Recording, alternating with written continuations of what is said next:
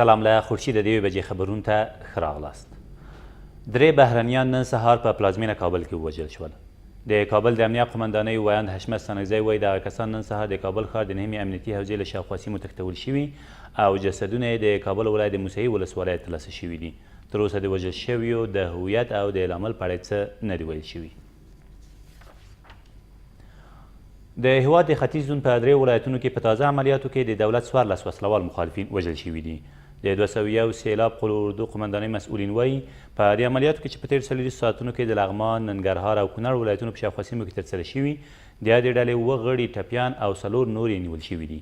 ویل کېږي په دې عملیاتو کې چې د افغان او بهرنیو ځواکونو له لوري ترسره شوي د سیمو اوسیدونکو ته زیان نه دی اوښتی. د کندهار په ارغستان ولسوالۍ کې د یوې چاودنې له امله 6 کسانو ته مرګ ژوبله واوښته.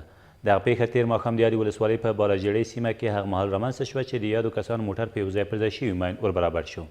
د کندهار د امنیه قمندانۍ مسؤلین زیاتوي په دې پیښه کې د یوې ښځې په ګډون 3 تنه وژل شوي او 3 نورې ټپیان دي. له دې سره سم په هرات کې هم د یوې چاودنې له امله یو 14 کلن ماشوم خپل ژوند له لاسه ورکړ او 3 نور ماشومان ټپیان دي. د هرات د امنیه قمندانۍ د مسؤلینو په وینا دغه پیښه تېره ورځ د پښتون زرغون ولسوالۍ په دشت نیزان سیمه کې د یو ناچاودي توغندي د چاودنې له امله رامنځته شوې ده.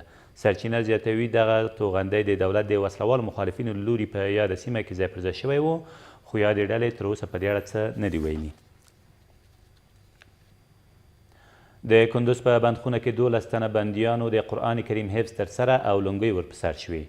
په دې مراسمو کې د کندوز والي یادو قاریانو ته د مبارک ویلو ترڅنګ د دولت ضد عناصرو ته په خطاب کې وویل چې له جنګ جګړو لاس واخلي او سوله ییز ژوند ته راوګرځي او د هېواد په ابادۍ کې برخه واخلي.